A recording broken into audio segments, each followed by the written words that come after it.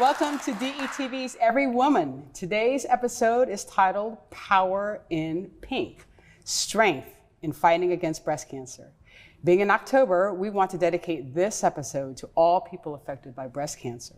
This episode is sponsored by Delaware Health Equity Coalition, and we would like to thank DETV and everyone for joining us today. Let's go right into this special conversation. I'm going to start by introducing our guests. I'll start with Brianna. Hi, everybody. My name is Brianna Denby. Thank you. And Tanya. Hi, everybody. My name is Tanya Moore. April.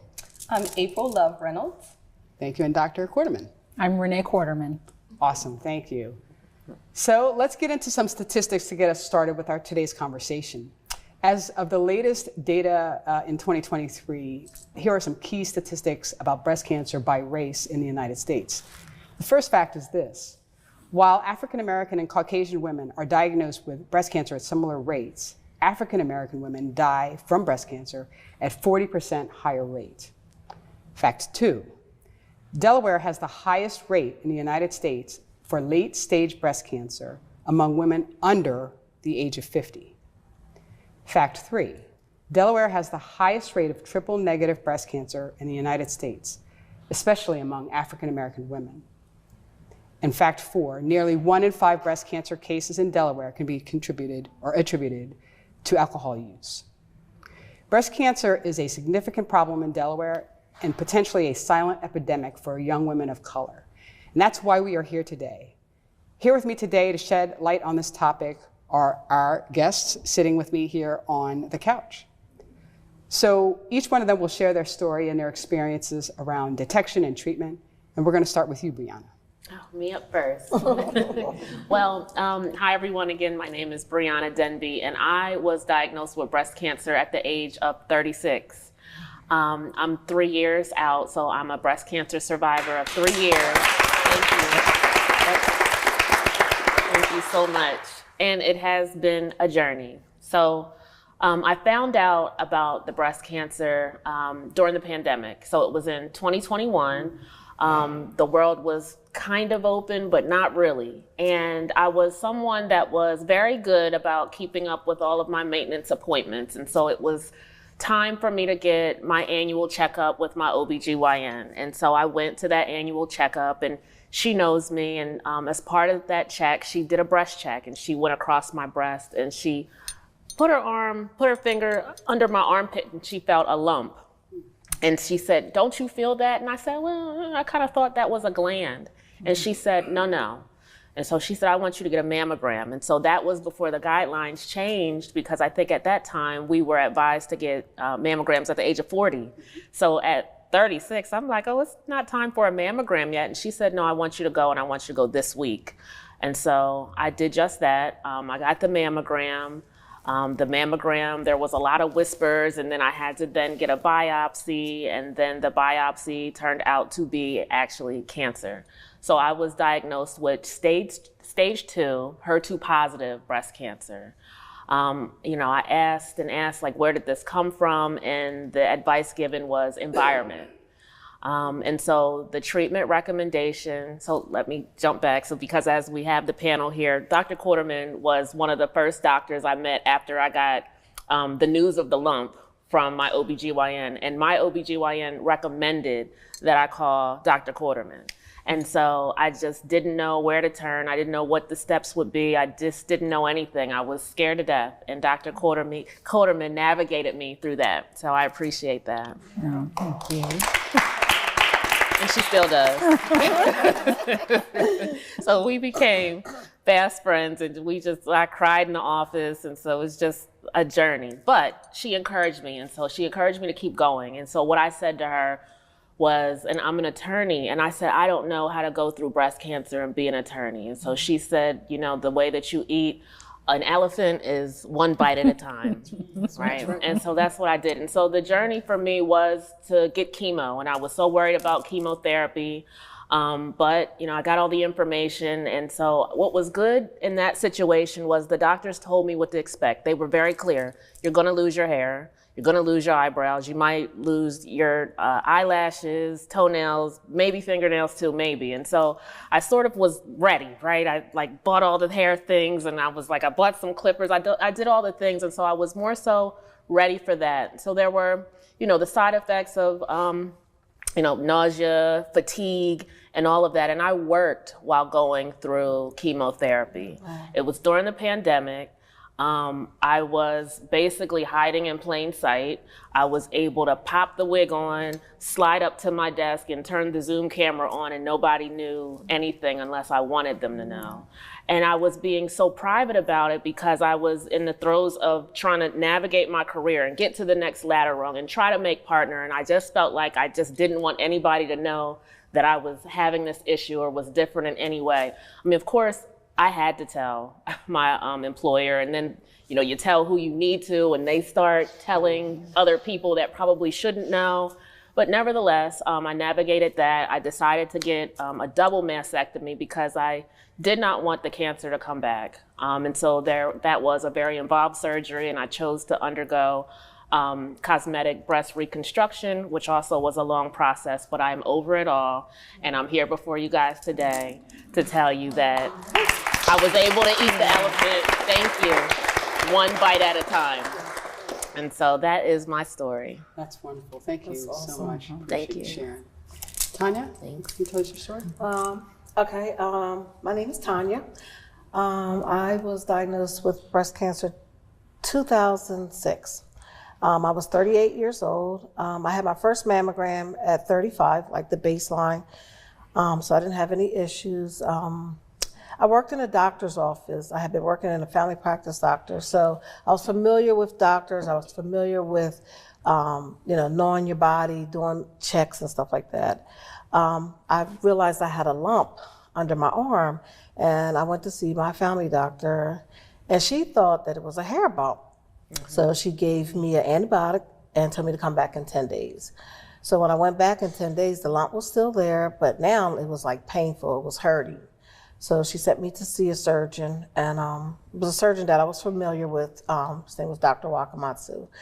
I went to see him, and as soon as I went to see him and he did the exam, he checked my breast, he said, "You have a mass." I was like, "A mass?" So he wanted me to have a mammogram, an ultrasound. So that next day I went to the hospital, I had an ultrasound, I had a mammogram, and I went back to his office the next day, and it was confirmed that it was a large mass on my right breast.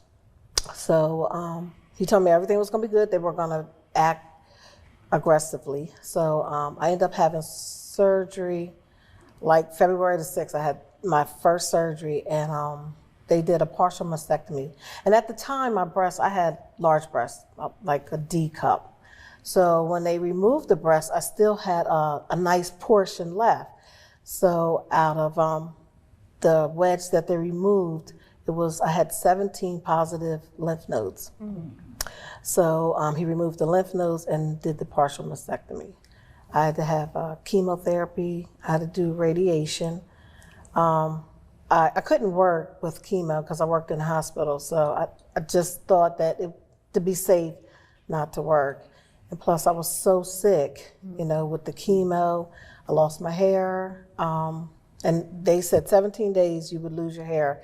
In 17 days, I lost my hair. Yeah. Like we cut it down low, but you're bald, and that's a hard adjustment. I mean, I always wore my hair short, but short hair and being bald is a big adjustment. Yeah. People say, wear a wig or wear a scarf, but if you're bald and you're not used to that, it doesn't work.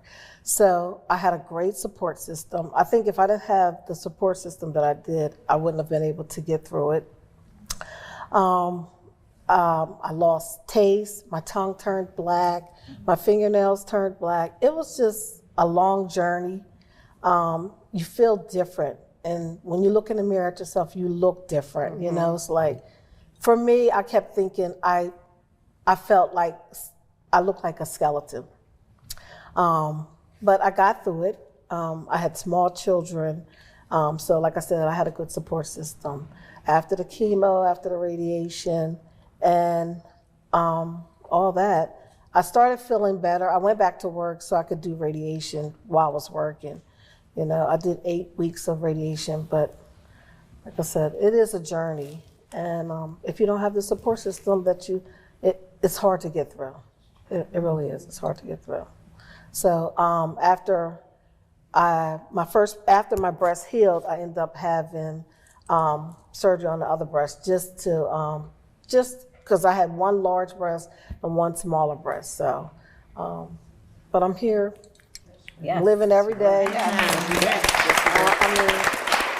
So I'm thankful. I'm grateful. I really am. So, Thank you so much for sharing. Yeah. April?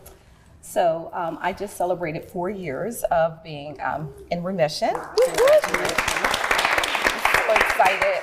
So my diagnosis came a year before yours. And so I found out I went October 29th, 2019, and had my annual exam.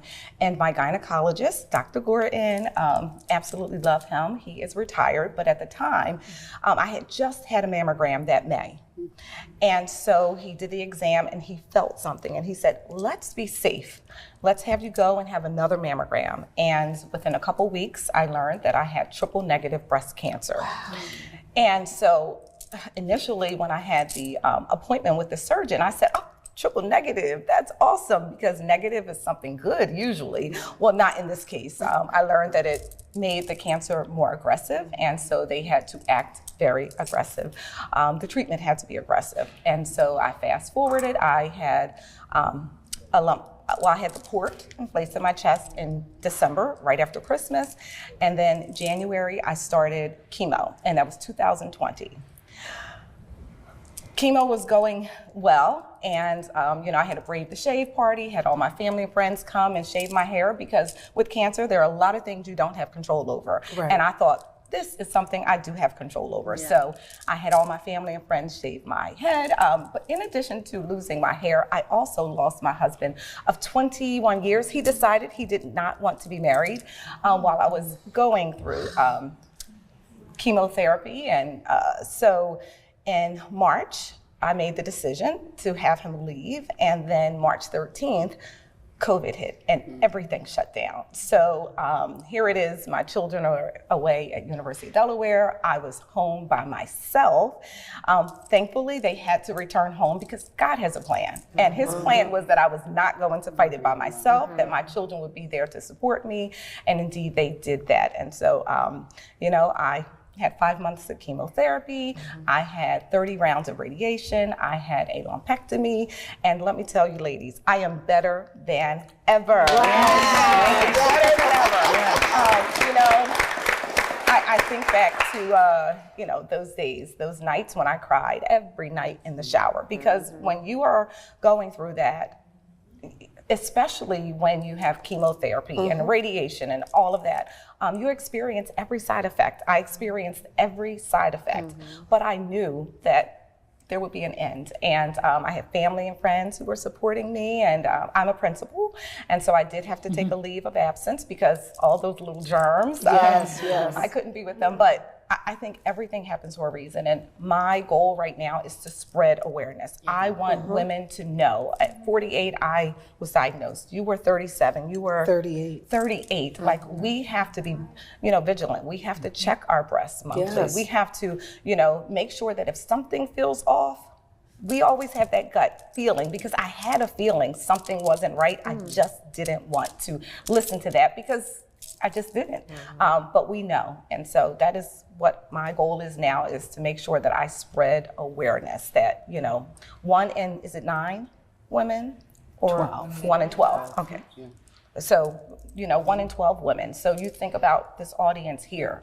There are 3 of us. Maybe we've taken it for you ladies, but a friend, a family member may be diagnosed. So it's just important for us to be super aware. Thank you. Thank you for sharing the story. Yeah.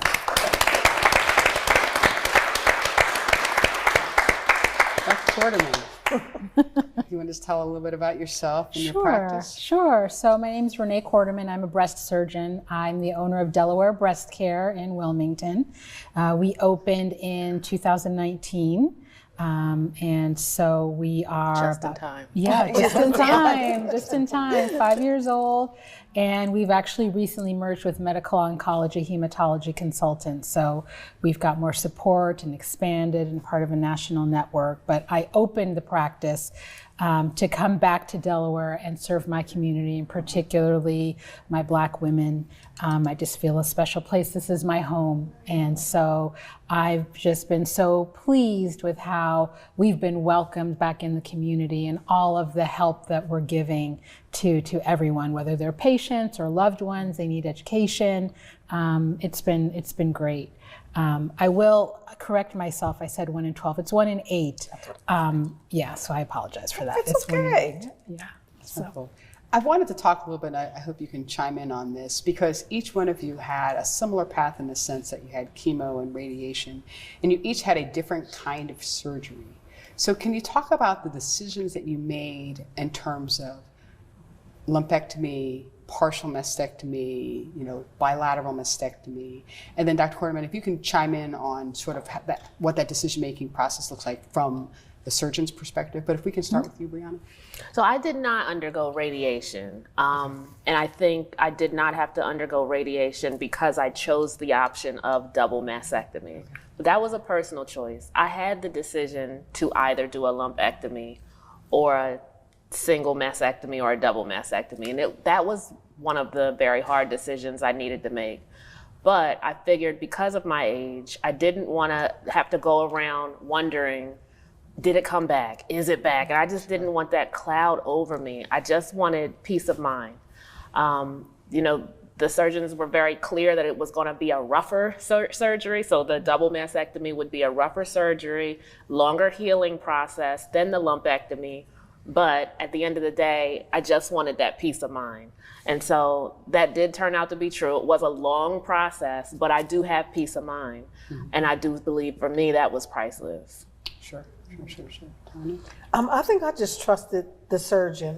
I don't think I had the option of a lumpectomy. He said that it was like a large mass, so they did like a wedge resection.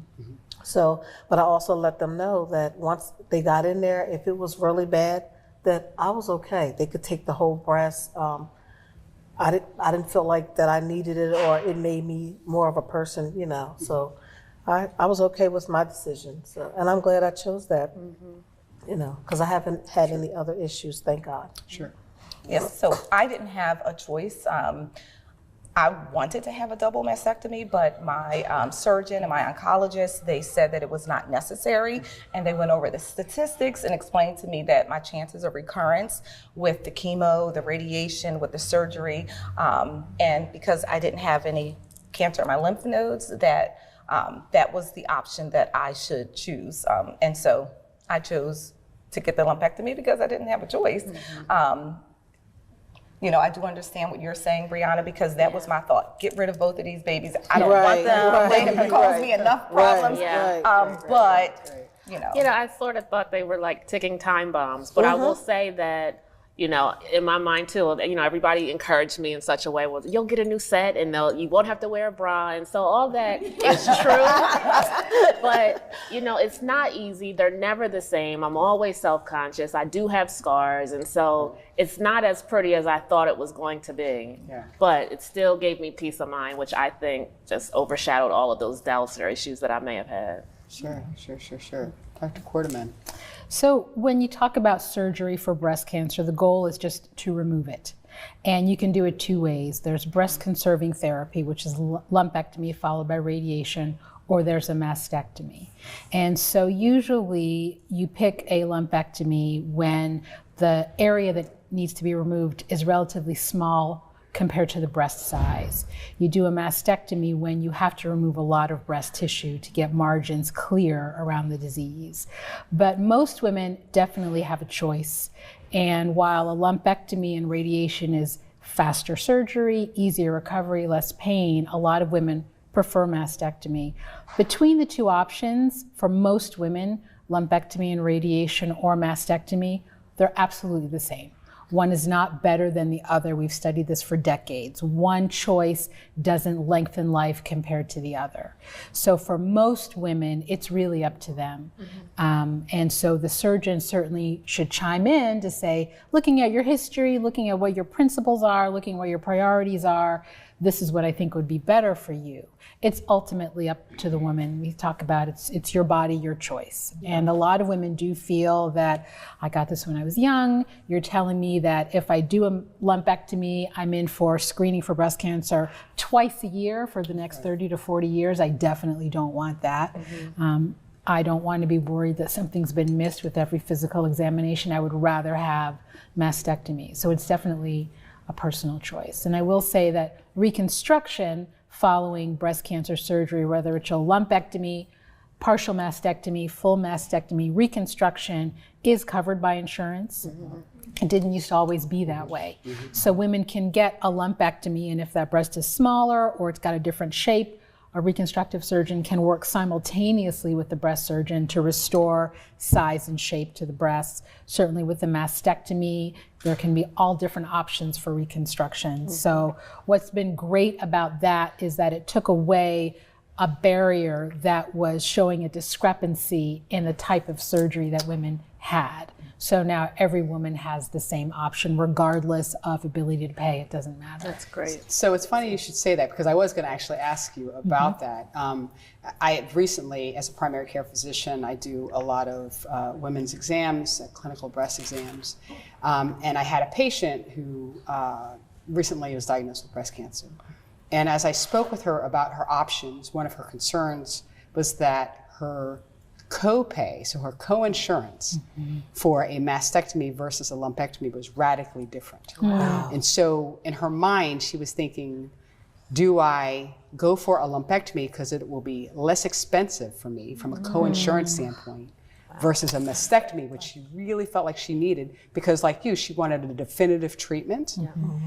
And that was the first time I had heard that, and I wasn't sure if you could comment on that aspect of it. I was really quite shocked that someone would actually have to be in that situation. And I said, listen, if I have to go out and bake brownies for you, we're gonna make sure you have the decision, you know, you can make the decision that you want. But have you heard of that instance where it comes to having to make a decision? I haven't heard of that. That's very discouraging to hear. I guess I'm not surprised the way insurance plays games with our lives, that's a reality for some women.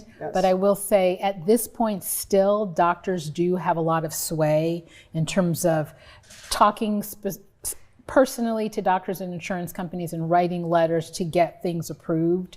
So that's definitely an instance where I'm with you. If this is what you want, I will work with you to make sure that we do it and you get it done in the most affordable way possible. Yeah, I thought that was pretty shocking. Like you're buying shoes. Do you get the cheaper ones or you buy? Right. And then your feet are hurting. Yes, No, exactly. we don't want that. Yeah. Go with what When you go to need. the podiatrist because your foot hurts because you have the cheaper shoe. Yes. That's exactly right. So good. One thing I just want to kind of back up and talk about very briefly is for you, Dr. Corman. We've talked about how everyone sort of was experiencing their breast lumps. I'm glad that there were clinical breast exams involved. Can you talk about how, as you've come back to Delaware to practice, are there any patterns that you're seeing that we should be aware of as women in this community?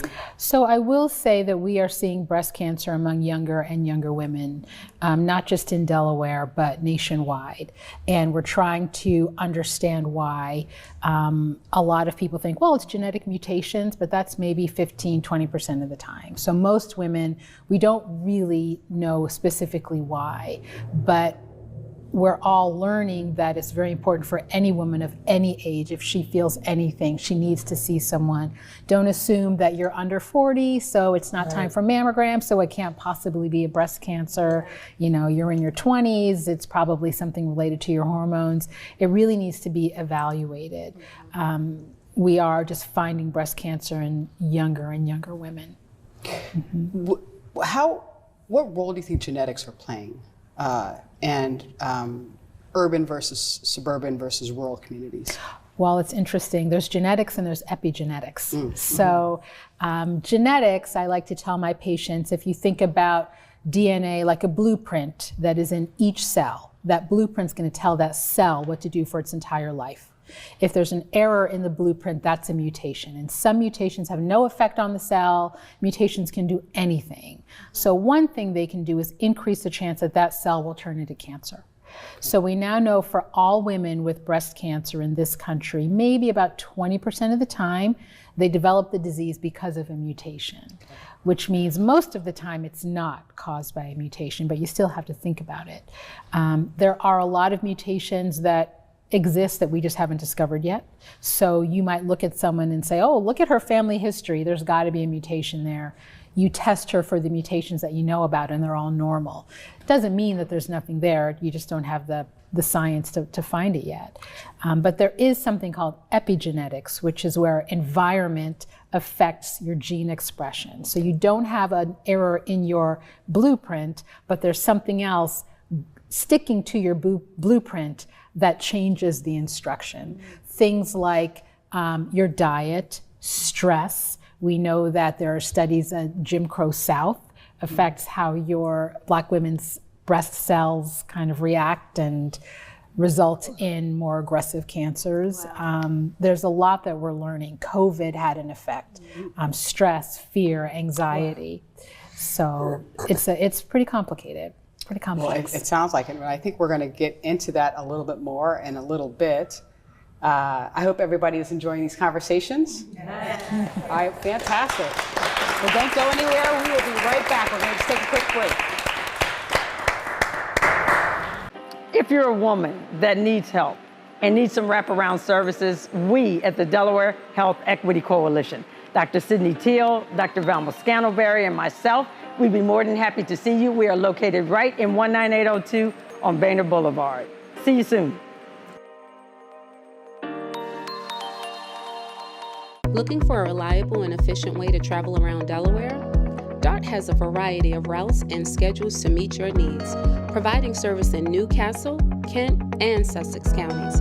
Whether you are commuting to work or exploring the sights and sounds of the state, our fleet of buses are well maintained, equipped with modern amenities. Public transportation is the greener alternative. Plan your trip today. Download our transit apps or visit dartfirststate.com.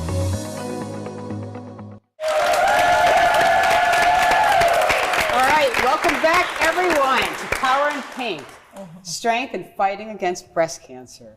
I am your host once again, Dr. Sydney Teal, and I'm here joined by my lovely counterparts here, Tanya, Dr. Quarterman, April, and Brianna.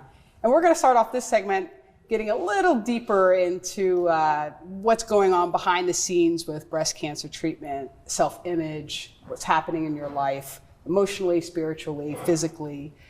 So I'm going to ask everyone, everyone's sort of told their story. April told us a lot more, which we really want to dig into, right? This is a journey, and it's a lifelong journey. And you hope to have a village, and Tanya had spoken about having a village. Can you talk about going through your experiences? What was it like for you, Brianna, going through the pandemic, no less? Yeah, so going through it during the pandemic, I could only bring a support person, a family member, otherwise, to my exam or appointments. But when I was going through chemotherapy treatment, they could not come back to the treatment area. And so I was alone for that. But, technology is good. So I, would bring all my things. I would prop up my phone or my iPad and I would call a girlfriend on FaceTime sometimes. And I think by me doing that, I think it helped to ease some of the stress that she may have had about what I was going through because she didn't know, right? So she could kind of see what was going on from one treatment to the next. But I sort of got used to that's just what it was. I think that at that part of the pandemic, being able to bring a family member was very helpful for me, and I'm grateful that I had that. But I definitely had self-image issues because, again, I told a select group of people. I was very selective about it because there was so much information I was taking in. There were so many unknowns. I didn't know, what decision I had to make with regard to lumpectomy, mastectomy. I didn't know how if the chemo was going to be successful, just so many different decisions. And I just wasn't ready for all of the questions or any hint of negativity, right? And sometimes I don't think that individuals mean to be negative, but sometimes they just, invite information that is just not helpful or useful. So I sort of tried to protect that space because I had enough going on because I was trying to manage work. And also, I've talked about it already because I was like hiding. I was somebody that like would not leave the house without the wig up until a certain point, because then I did have a girlfriend, a close girlfriend of mine, who said, take that wig off. Because as the hair started coming back, and she said, and you look good. And it was very empowering for the first time. And I see my sorors in the audience because that was the first time I went out in public at a chapter meeting when I first told my story without the wig on. And that was so empowering for me because then I had the choice. If I wanted to put it on because that's how I wanted to look, that was fine. But I didn't feel like I was beholden to it. And that was very important for me. So that was a piece. Yeah. Yeah, and we know that as women, especially Black women, our hair is our crown. Yes. Okay, and so we love going to the salon, getting our hair done. And so when you go bald, I thought, okay, I don't look too bad. But when I lost all my eyebrows, my eyelashes, I just thought, oh my goodness, every strand of hair on my body was gone. Right. That was difficult because that's when you look sick. But I am so thankful that we have wigs. I have magnetic eyelashes. I was penciling on eyebrows. I was like, okay, if you didn't know, you didn't know. Right. But unlike you, I was very public with it. And, my ex-husband had posted this first post letting everyone know that I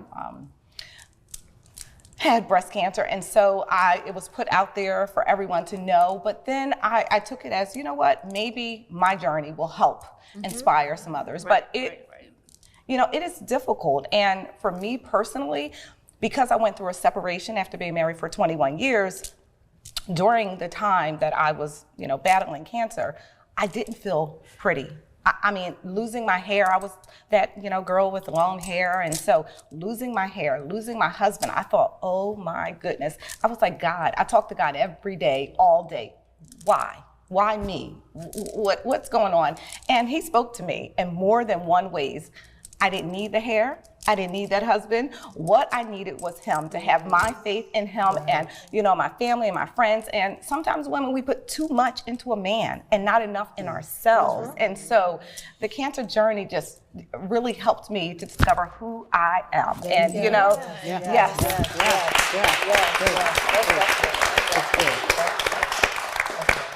So you had hot flashes? Oh, did we ever? Oh my, you just have, sweat dripping down at any moment, right? I had it all. How did you hide the hot flashes when you were on TV? No, when you were on your, like on your screen. When you were...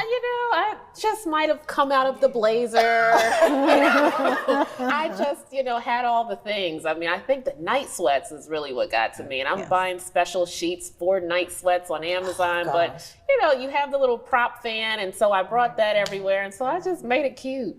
Well, let me tell you, chemo brain is a real thing. Oh my goodness, anyone who has gone through it, I would say to my children, I really forgot conversations. Like it was scary. I went back to work and, a teacher would say, remember we met and spoke earlier? And I'm like, oh no. And so I would just tell people, chemo brain. Now, things get better. But then when you start to age, you don't know what's going on. Is it the chemo or is it just aging? But there are things that happen to you afterwards. And so that is what people don't talk about. They expect you're done with the treatment. You should be back to normal. Right. But, I experienced anxiety, and I said, PTSD, I know that I have it. I can't even watch a show, a movie with a person who has cancer, a woman especially. And so I think it will probably forever be part of the fiber of who I am because of that experience. But, just know chemo brain is a real thing. It's when you do your yearly checkup. It's like anxiety for me. It's like, oh my God. What if I go? What if? But it's like, you have to go. You have to keep up on it, not saying, oh, I don't want to go because it's going to be bad. You just have to think positive. And but here's the thing. If you do get diagnosed, I mean, the likelihood that you're going to die is slim to none, especially with early detection. You know, I go October 29th, and it's so interesting because 2019, I went to my gynecologist on October 29th. So I have a mammogram on October 29th. And so I'm a little nervous every time we go. You just don't know. But I know that it's important for me. If I do have it, I know that I have a team of doctors who will help me through it. I have a family, a village, and, you know, God does not put anything in our lives that we can't get through. And so, you know, that's my testimony. And I believe it. And one thing I know we did not talk about, clinical trials. And to all of my Black sisters out there, I am part of Oncology Patients Advocates for Clinical Trials at the Helen F. Graham Cancer Center. Because when I went through my treatment, I thought my hair will grow back, I'll be back. And then when it started to grow in, I realized, ooh, it's so thin. It's a little different than it was. And I asked my oncologist, and she shared that the regimen that they have for most breast cancers, the participants were white women when it comes to breast cancer. And I understand why we typically don't participate in clinical trials, but things have changed. We have to do it now for all of the sisters who are going to follow us. It's so important that we participate in these clinical trials to see how these chemotherapies, how these medications impact us. So, yeah, I know you said you participated. I participated in a clinical trial too. The doctor asked, and I was like, oh, yeah, I will. So. Why did you do it? I don't know. I don't know. I think to help with research, you know? I think traditionally a lot of Black women think that they're not going to enroll in a clinical trial, or women in general, maybe I won't get the tried and true, maybe I'm going to get the test medication, are they really protecting my interests? But there's a lot of work that goes into really considering and respecting and not doing harm to the individual who's signing up for a clinical trial. It's free of charge. Women who enroll in clinical trials are usually watched more closely. And if they ever want to drop out and do whatever the standard is, they can. So the more that women know that, I think the more women that will enroll. And definitely the better. I mean, you talk about breast cancer being not the scary diagnosis it used to be. It's very rarely a death sentence anymore. And a lot of that is because of what we know and how we're able to tailor and personalize cancer care for every single woman. And that's because of clinical trials. And even more that we're knowing now about the experience of breast cancer in Black women is because of the Black women who have enrolled in trials. So I applaud you for that. We need more of that. We have to. Yeah, I love that. That's really fantastic. We had talked a little bit about genetics just before the break, and I was hoping we could dive a little bit back into that. I think you had shared, do you have a family member? Does anyone have family members with breast cancer? I do, yep. And my mother was diagnosed with breast cancer maybe like almost 10 years before me. And Dr. Quarterman recommended that I undergo genetic testing. And because I shared my mother's health history, I also impressed upon her to share to undergo the genetic testing and share results, compare results. And the interesting thing was that we did not have the same type of breast cancer. And the genetic variants that appeared in my report were different from hers. Wow. So we did not have the same type of breast cancer. And so as Dr. Quarterman mentioned, environmental factors, I think that was sort of what I thought was the reasoning for my breast cancer. It wasn't anything that I could have done or that I should have done differently. It's just sort of how, we consume the world, or how the world consumes us, whether it be plastics or the food that you eat or otherwise, or maybe the zip code you live in. Yes. Right, and the soil beneath. That's correct. And water you're drinking. That's correct. And I did the genetic testing as well. I just wanted to make sure, especially for my daughter, because I have a daughter and a son, but more for my daughter, I just wanted to see, do I have the gene? Because if I had the gene, then I wanted her to undergo the genetic testing as well. And so it was really important for me to learn that, no, I don't. But, I've been in Delaware now for 30 years. And so could it be the zip code? I don't know. You touch upon your children, your daughter and your son. But I always like to tell patients that men can get breast cancer Yes. too. Right. And Yes. if there's a mutation that's running in the family, it's usually associated with more than just one type of cancer. So it affects men and women. And also your sons could have children, and so their children could inherit the gene too. So that information is important for every family member. Yeah. Now, let me ask you this. Now, I don't have the gene, but could my children have the gene because I had breast cancer? Like, could it be underlying? Could they still have They it? wouldn't get it from you. Okay. They wouldn't get it from you. If you don't have the mutation, then you wouldn't pass it on. Okay. Breast or cancer cells are mutated cells, but they are not inherited, if that makes sense. Yes. Yes. Oh, wow. So I have the gene. I have 3 children. My 2 daughters, they don't have the gene. My son, he wants to be tested too.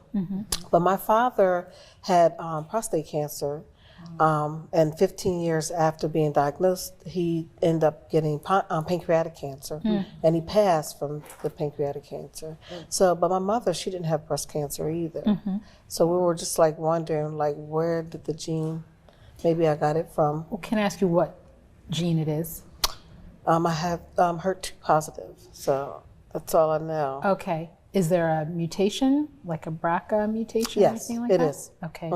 Because prostate cancer and pancreatic cancer are 2 cancers you have to think about that are associated with the mutation. Oh, wow. So thinking about not just your mother's history, but your father's history, what kind of cancer did anybody in the family have? Okay. And how old were they when they were diagnosed? So it's not just breast cancer, it's not just ovarian cancer. It's colon, it's pancreas, it's melanoma, it's prostate. It's a lot of different types of cancers and patterns. And he was 47 when he was diagnosed with prostate cancer. Yeah, that's a red flag. Prostate cancer under age 50 is physicians usually think, well, maybe there's something premature there. That's right. Well, and I think it's important because, as we talk about Black folks, we're so private. We're so private about our health. Well, yes, that's right. So Yes. private. And, even I, was private about it to a certain extent. And so when you think about what family member had what, so that you would know that that's a sign, or you always get asked, what is your family's health history? And you might know, the immediate branches off the tree, but you don't know a whole lot beyond that. And that's tough. And so I think it's important to impress upon your family to share what's going on, because you need to be able to inform your healthcare providers about what sort of issues may be prevalent in your health. That's correct. My mother, when I got diagnosed,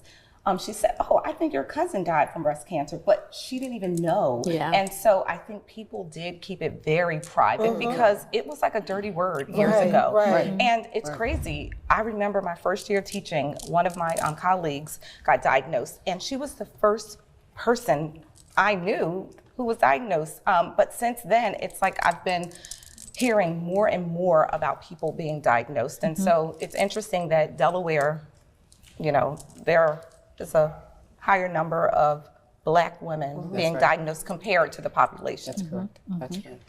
It's funny when I meet Black women that are diagnosed with breast cancer, I feel a connection. I feel like close. It's like We're sisters it's now. like we're like related. We've had something together. And I love the stories. You hear all the different stories and how they deal with it. So Great stories of survivorship, no doubt. So we're going to now switch to our Q&A and ask our audience to see if they have any questions. Yes, go ahead. I have a question. What'd you say? I'm Valeria Muhammad. I'm a nurse practitioner, family nurse practitioner, and one of the pain points of it is actually trying to get women, particularly Black women, and I worked in community health base, West Side at one point in Henrietta, the underinsured or no insured to get a mammogram. And it's when I ask them why they don't, I don't want to know. Or the other, I don't want anyone to squeeze my breast. And now the quality indicators is every other year. And I'm like, no, you're getting a mammogram every year. And I think being a Black woman, being a provider, is helpful because a lot of times Black women only connect to Black women.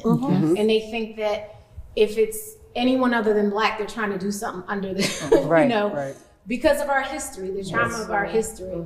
But one of the things that I took on, you know, PAPS, doing all of those, is breast exams. And with the breast exam, and people coming in with feeling lumps, and I might not felt the lump, but I'm like, no, we're getting a diagnostic mammogram. Oh, I didn't know. Oh, yes, you can always get a diagnostic mammogram. Don't ever tell them, never, you can get one. I don't care if you have a pimple.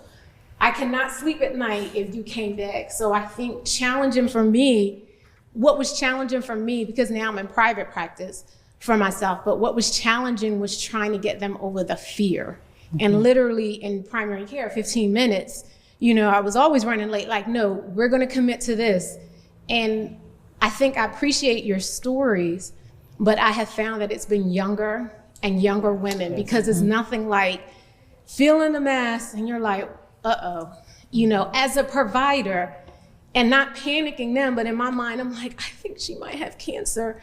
And knowing when I get the results, having to tell that patient, like the amount of therapy or different things, the caregiver needs care too. You know, when you have a lot of cancer diagnoses and 2 males, you know, I looked at one male, he was like, I have this thing on my breast. And I'm like, well, let me see. As soon as I saw it, I knew it was breast cancer. And even trying to get him to get a mammogram, or someone to take him to get a mammogram, like there's so many broken systems in the healthcare industry with getting mammograms and diagnostic mammograms. And for me, I just think the advocacy of continuing to let people know you can get a diagnostic mammogram under the age of 40. Right. And a lot of people, that was my thing, they did not know. And so spreading that and just applauding everyone is here. And as a provider, it's challenging to convince people to do something because of the fear. Yes. And, you know, I just used fear back at them. I was like, well, what happened to your child? If you had breast cancer, you're a single mother, you know, whatever their history was, that was my way in. What would happen to your grandchildren? You know, grandmothers. I'm a grandmother. You wouldn't even be placed. So that's usually how I get with knowing, because I'm a Black woman, knowing what we love. That's how I advocate, because a lot of people do not, in primary care, don't advocate, or they blow it off. Oh, that's a hair bump.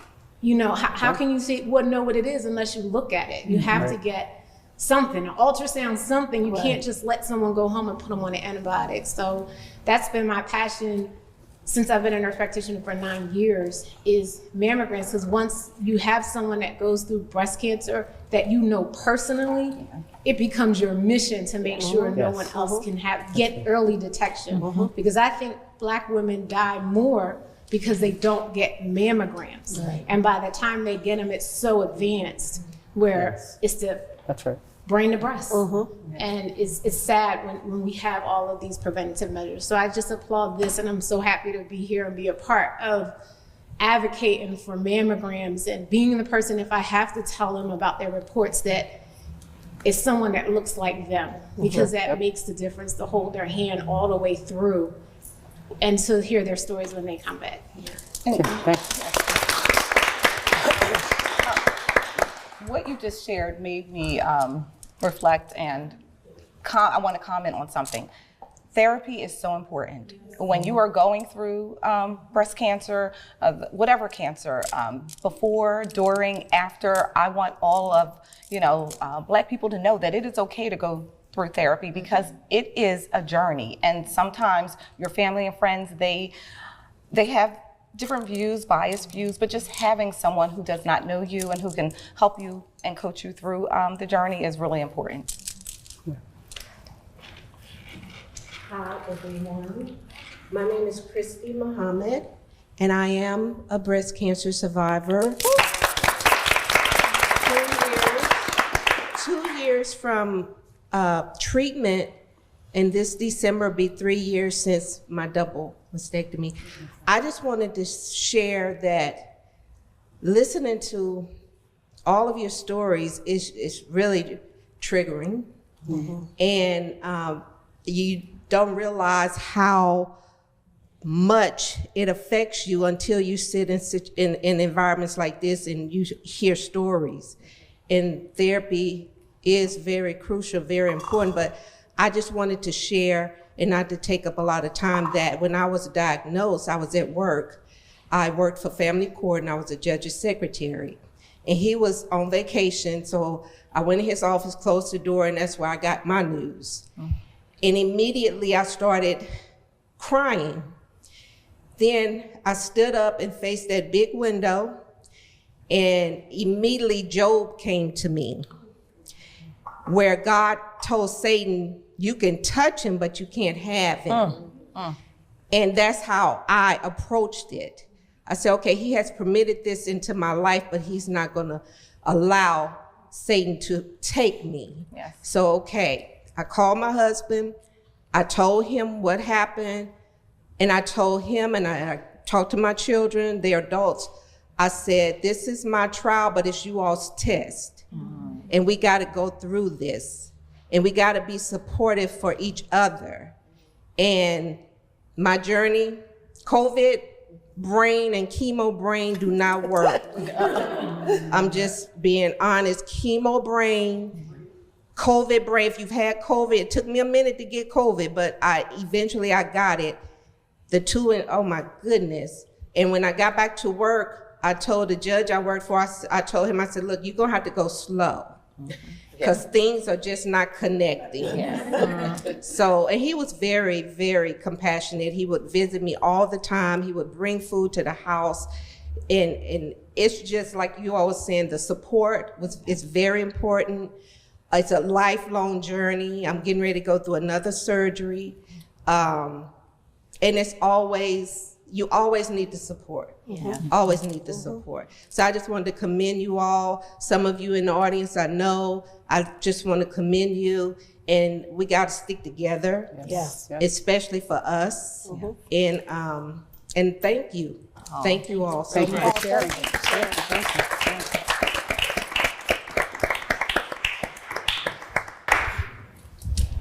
Good evening, everyone. My name is Shellen Holder Key. Dr. Porterman is my breast surgeon. She didn't do my surgery, but she sees me now, and she is wonderful. I am coming up. I'm a 5-year survivor.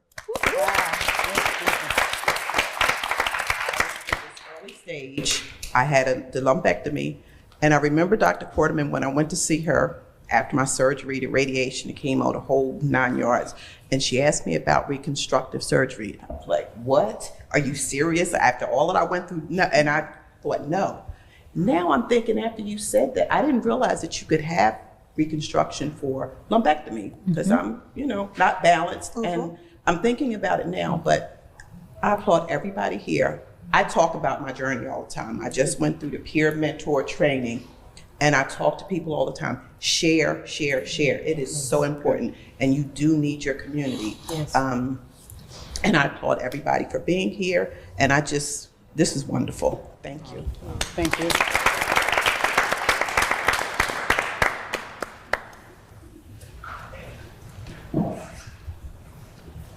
Thank you. Good afternoon, everyone. My name is Tracy Sellers. I am a clinical pharmacist in Delaware. Also a member of lots of civic organizations, sororities, deal a lot with physical and mental health. With breast cancer, we hear a lot about risk factors, some of them non-modifiable, which is what we all share today, a lot of Black women, non-modifiable risk factors, but some of them are modifiable. Things like alcohol use, the density of liquor stores in the neighborhood, environmental mutagens, things like that. So if we were to all get together in Delaware and pool all of our resources and target one area for legislative change, what would you recommend? I just would like to know, what do you think would be the one area to target first, or if there is an area? Well, I'll answer. I mean, I think that there's been a lot of studies connecting cancer incident rates to zip codes. It's starting to become publicized now. What are we doing with that data? Because I think the data's there, but the legislators don't know what to do with the data, right? And so there's certain zones, zip codes, areas in Newcastle County where they're continuing to develop. They're adding schools, they're building homes, and the homes look good, but what about the people in them? Yes. Right. And so I don't think that there's enough being done about that. And those developers, oftentimes, not all, they develop, they've made their money, and they move down to Florida. And we're the ones that are living in those homes. And then suddenly somebody in that house gets diagnosed with something and you're wondering where it came from, right? And then somebody else down the block. And so you just sort of look around and you have people connected to you, whether it be through your church, whether it be a neighbor, a girlfriend, you know, or otherwise. And so you kind of look at all these connections and say, what are we doing? And so I really would impress upon the legislators to look at the data and put action behind it, because right now I'm not seeing it.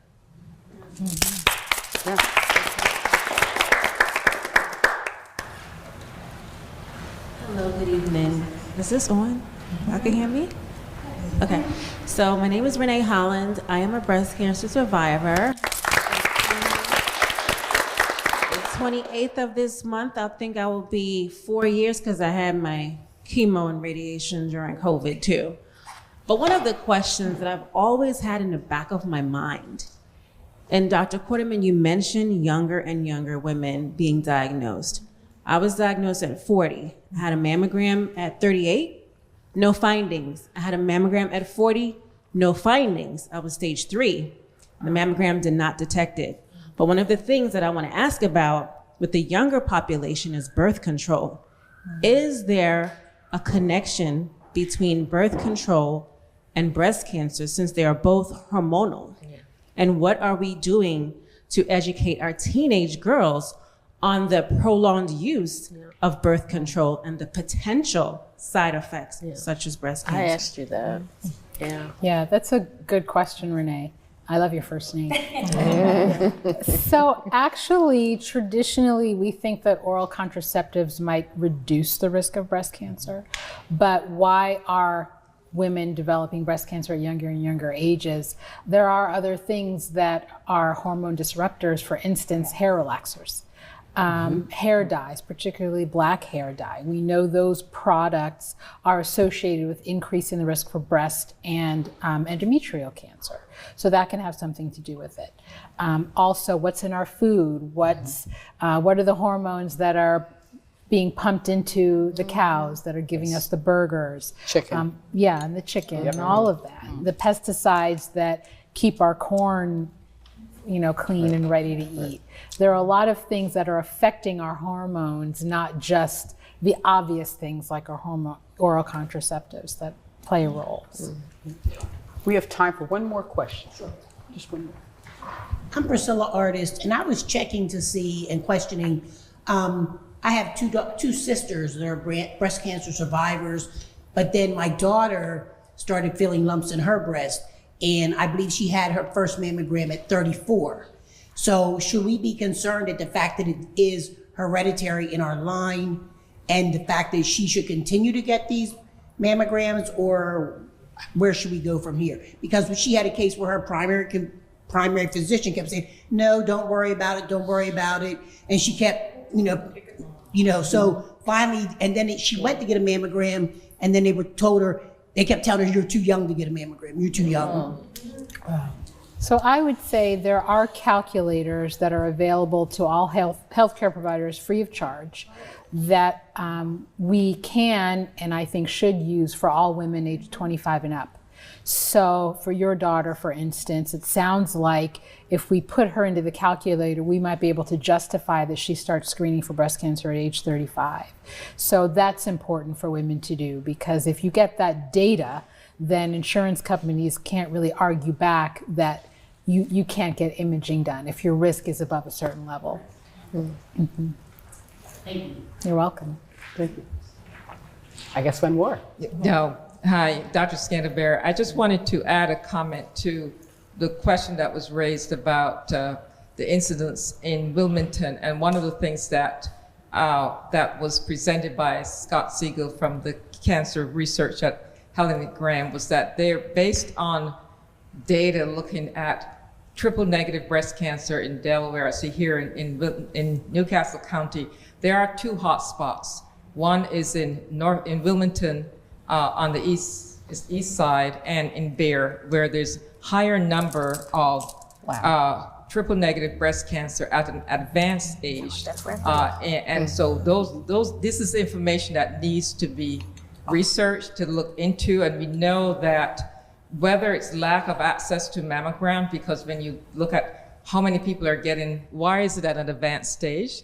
And also in terms of one of the things I brought up to one of the councilmen is that 1 in 5 women with triple negative breast cancer linked to alcohol use. So therefore you look at the percentage of liquor stores that are popping up all over the place in relation to better food or even just medical care, access to care, the food, our diets, what we're drinking, even the water. So I say that to say that, yes, there are some, is it environmental, is it epigenetics, whatever it is, there certainly is a higher incidence within 2 particular areas within Newcastle County.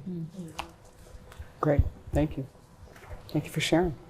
Yes, wow, learned a lot. Isn't that something? Yeah. That's exactly right. And I think Tracy back there was sort of hitting on that as well. There are the factors that we can control as women, and then there are the things, the modifiable factors, and there are the ones that are not modifiable. When I talk to patients about their health care, actually, I say, we're all big pie charts, right? There's diet, there's exercise, there's genetics, there's environment, there's stress. You know, we don't talk about the stress, but we know that we are managing a tremendous amount of stress. And stress creates inflammation in your body, and that sets off a whole nother chain reaction. And so it's really important for us, and we've all talked about going out and talking to our friends, to our neighbors, but really talk about the modifiable factors, the things that you can control. Know your family history. You're spot on when you talk about saying, how many times I've talked to a patient and they've said, I don't know.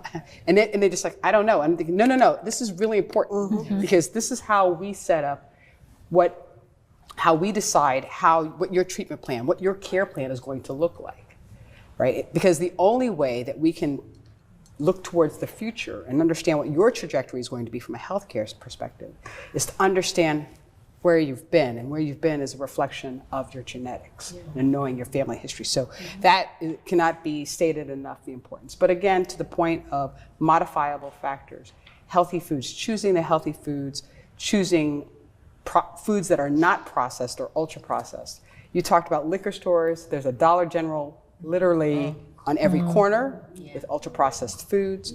So even when you walk in those stores, there is a fresh frozen food section. I would encourage everyone to go to the frozen foods instead, right? Because they are not ultra processed foods. But just to be thinking a little bit more about how do I invest in my body in a different way than I have the day before, and I'm looking forward to investing in my future. And that is really by making those different choices and then really sharing that with your friends and your loved ones and your neighbors, right? Okay.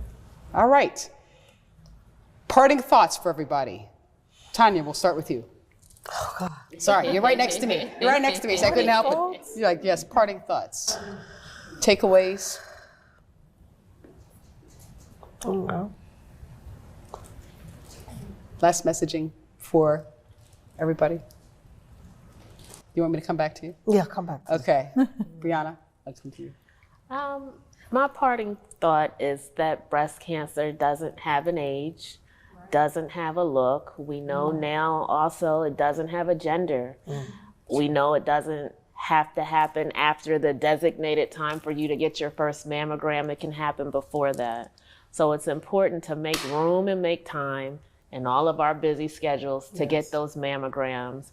From the comment that was made about individuals being under insured, there are a lot of programs and a lot of grant programs out there for if your insurance does not cover, look outward on the internet. Live Strong was a great resource to me, but there are a lot of grant programs that are filling in those gaps for those that are underinsured. And so really do that research to look to that. Don't just say this is what I was given and this is what my insurance may or may not cover and that's the end. And so I'll continue to share my story because I hope that I can be encouraging to others and let them know that cancer does not have to look sick. Right after you get over it, you can still look good afterwards. That's right. But, you know, the scripture, by Jesus' stripes, we are healed. I am healed. And so I'm before you guys today. Sharing that. So thank you. Oh, and I echo exactly what Brianna just said, but I also want to mention that early detection is the key. Yes.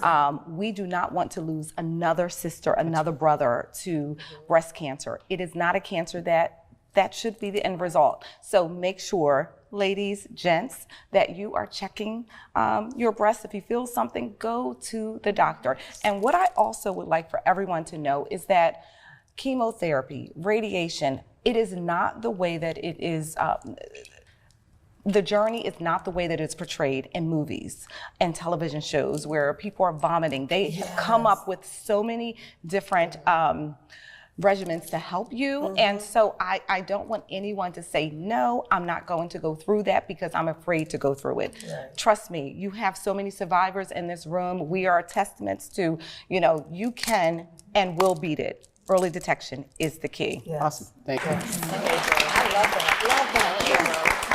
that. You ready? Dr. Quarterman? Dr. Quarterman. So I would say two things. So it's October, we're getting into November, December, the holiday season. Most of us are going to be spending a lot of time with family. Start the annual tradition of just talking to your relatives, asking those questions. Oh, you talked about Aunt so-and-so last year. Did you ever find out what kind of cancer she had? Just get that information and get as much detail as possible. That's helpful for you. That's helpful for your whole family. The other thing I would say, we're talking about resources to get support to make mammograms affordable. Delaware is rich with resources. It's just a matter of finding them. The state of Delaware, our state government has resources. Delaware Breast Cancer Coalition. There's a group called Unite for Her. Helen Graham, the breast center at Christiana, the big breast imaging centers in the state, they are connected to resources. So if you're trying to find a way to get your patients covered or you are looking for yourself, just start asking, go online, because there are resources available. Awesome. Thank you. Anything else? No? Like what they said. What they said. What they said. All right. Well, thank you so much, everyone, for watching. We hope you learned a lot this evening about breast cancer surveillance. I would like to thank our panelists, Brianna Denby, Tanya Moore, April Reynolds, and Dr. Renee Quarterman for sharing their experiences. Thank you. Thank you, Dr. Teal. Thank you.